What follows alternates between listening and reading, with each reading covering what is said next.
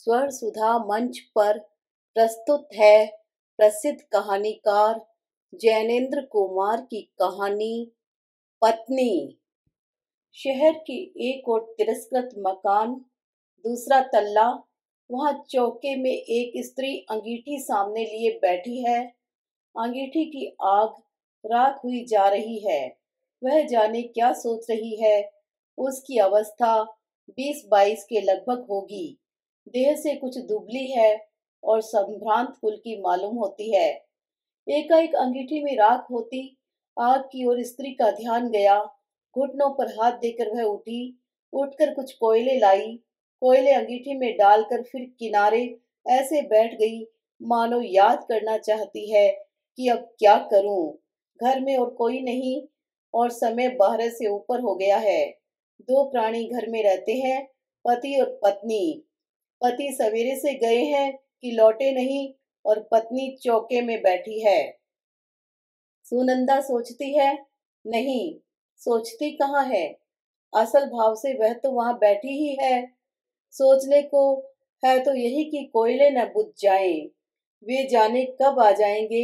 1 बज गया है। कुछ हो, आदमी को अपनी देह की फिक्र करनी चाहिए। और सुनंदा बैठी है, वह कुछ कर नहीं रही है। जब वे आएंगे तब रोटी बना देगी। वे जाने कहाँ कहाँ देर लगा देते हैं और कब तक बैठूं, मुझसे नहीं बैठा जाता।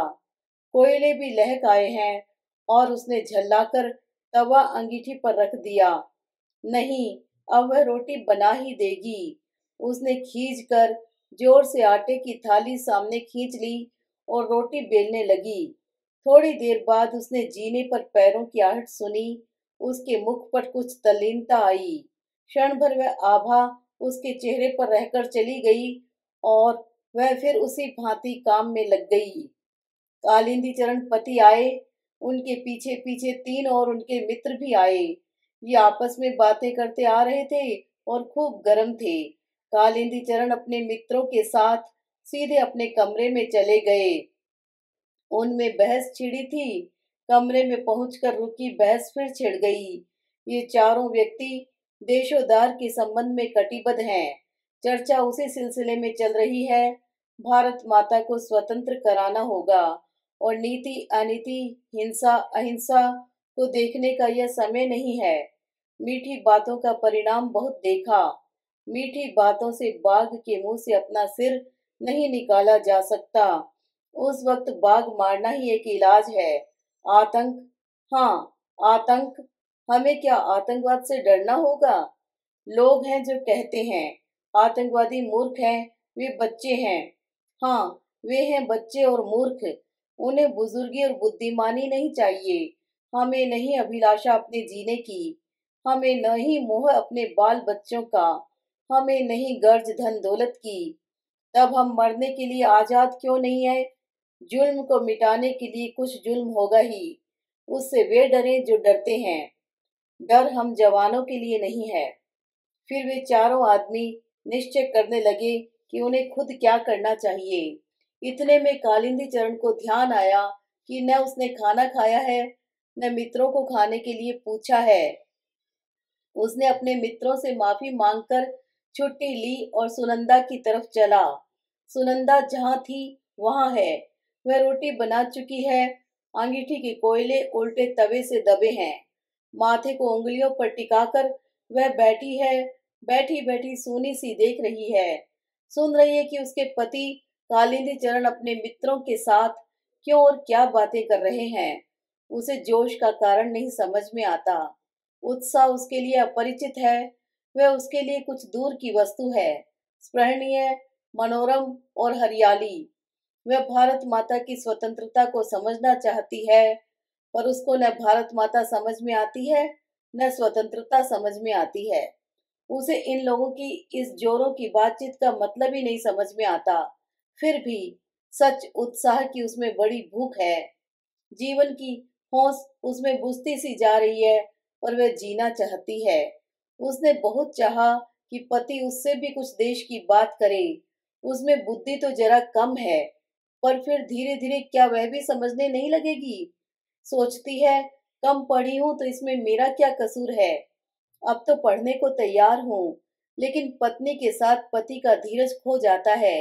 खैर, उसने सोचा उसका काम तो सेवा है। बस यह मानकर उसने कुछ समझने की चाह ही छोड़ रखी है। वह अनायास भाव से पति के साथ रहती है और कभी उनकी राह के बीच में आने की नहीं सोचती। वह एक बात जानती है कि उसके पति ने अगर आराम छोड़ दिया है, घर का मकान छोड़ दिया है, जानबूझकर उखड़े उखड़े और मारे मारे जो फिरते हैं, इसमें वे कुछ भला ही सोचते होंगे।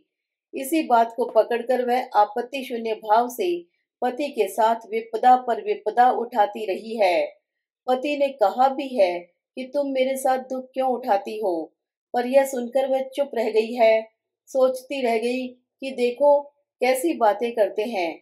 वह जानती है कि जिसे सरकार कहते हैं, वह सरकार उनके इस तरह के कामों से बहुत नाराज है। सरकार सरकार है, उसके मन में कोई स्पष्ट भावना नहीं है कि सरकार क्या होती है। पर ये जितने हाकिम लोग हैं, वे बड़े जबरदस्त होते हैं और उनके पास बड़ी बड़ी ताकतें हैं। इतनी फौज, पुलिस के सिपाही और मजिस्ट्रेट और मुंशी और चपरासी और थानेदार और वायसराय, ये सब सरकार ही है। इन सब से कैसे लड़ा जा सकता है? हाकिम से लड़ना ठीक बात नहीं है, पर यह उसी लड़ने में तन मन बिसार बैठे हैं। खैर, लेकिन ये सब के सब इतने जोर से क्यों बोलते हैं? उसको यही बहुत बुरा लगता है। सीधे साधे कपड़ों में एक खुफिया पुलिस का आदमी हरदम उनके घर के बाहर रहता है।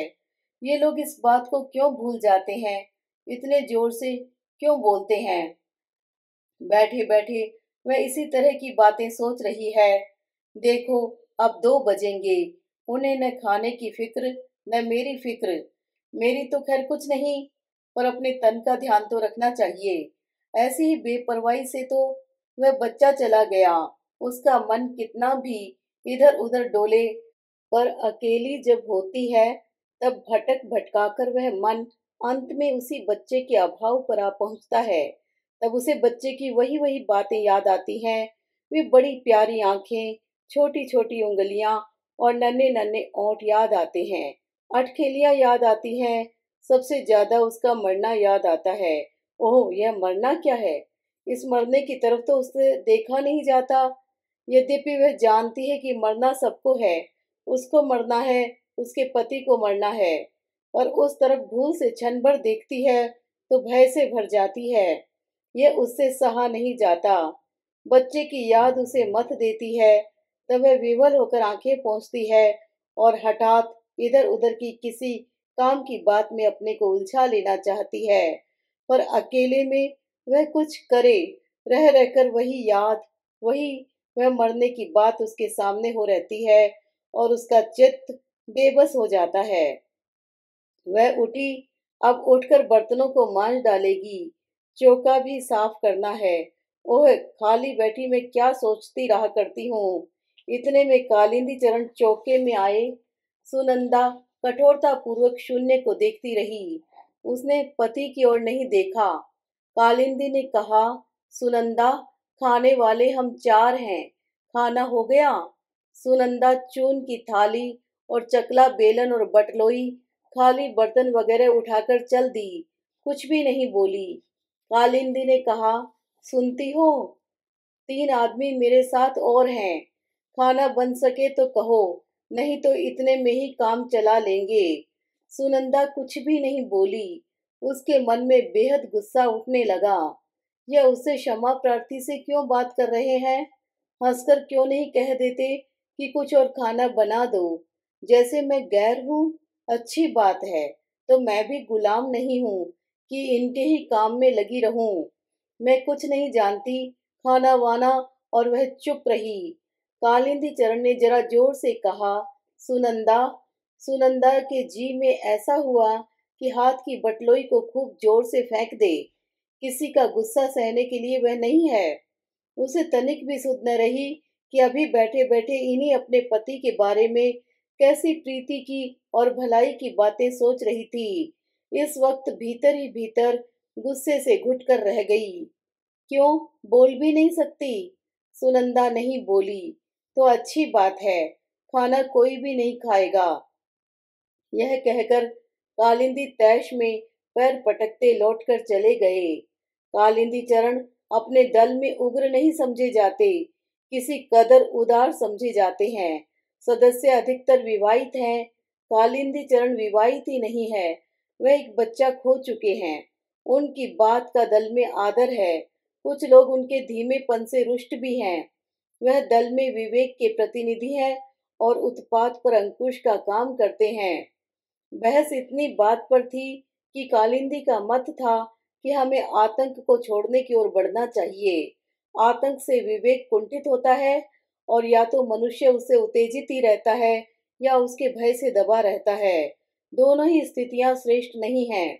हमारा लक्ष्य बुद्धि को चारों ओर से जगाना है, उसे आतंकित करना नहीं।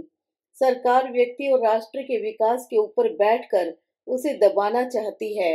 हम इसी विकास के अवरोध को हटाना चाहते हैं, इसी को मुक्त करना चाहते हैं। आतंक से वह काम नहीं होगा।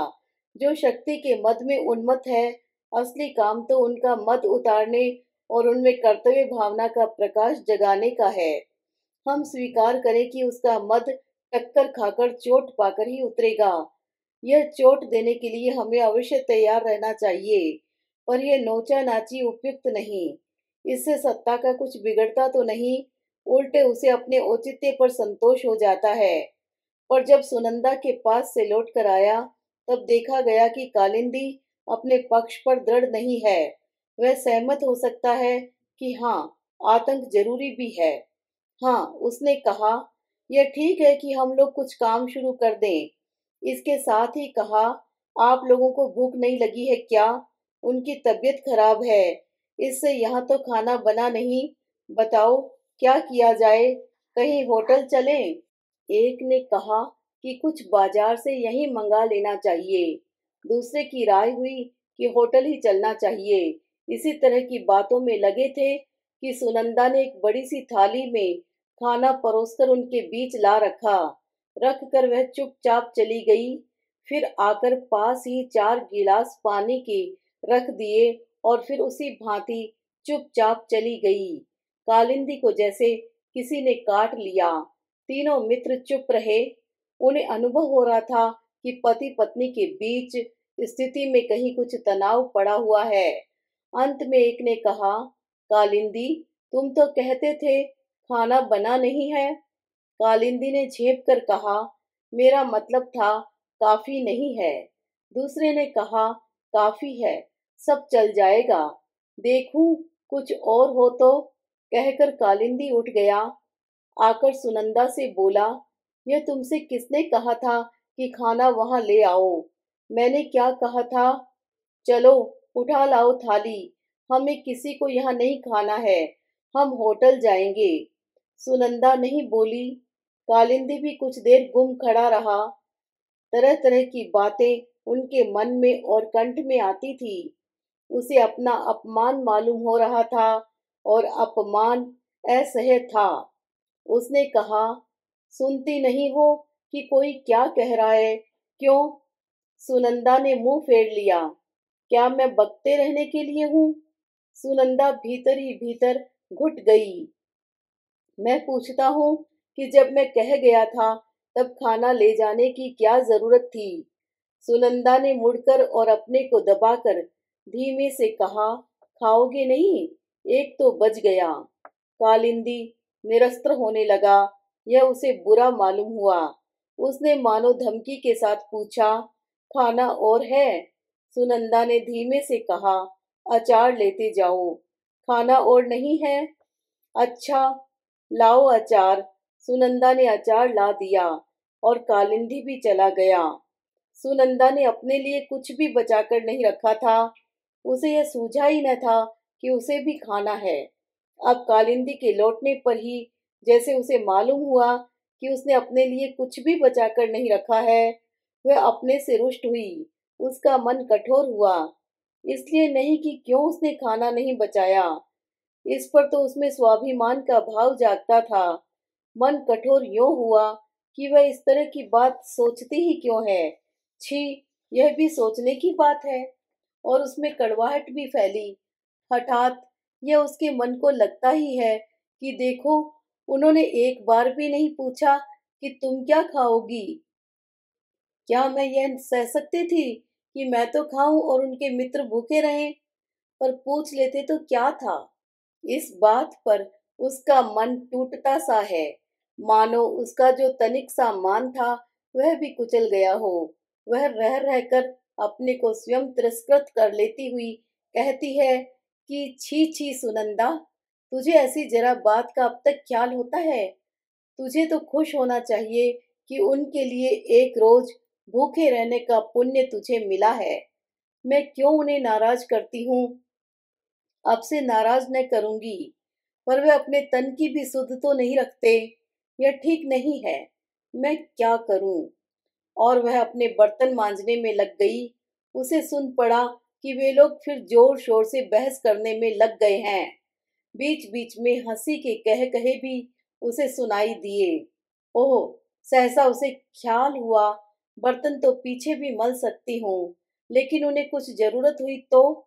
यह सोचकर झटपट हाथ धो वह कमरे के दरवाजे के बाहर दीवार से लगकर खड़ी हो गई। एक मित्र ने कहा, अचार और है? अचार और मंगाओ यार। कालिंदी ने अभ्यासवश जोर से पुकारा, अचार लाना भाई, अचार। मानो सुनंदा कहीं बहुत दूर हो, पर वह तो बाहर लगी खड़ी ही थी। उसने चुपचाप अचार लाकर रख दिया। जाने लगी तो कालिंदी ने तनिक स्निग्ध वाणी से कहा, थोड़ा पानी भी लाना।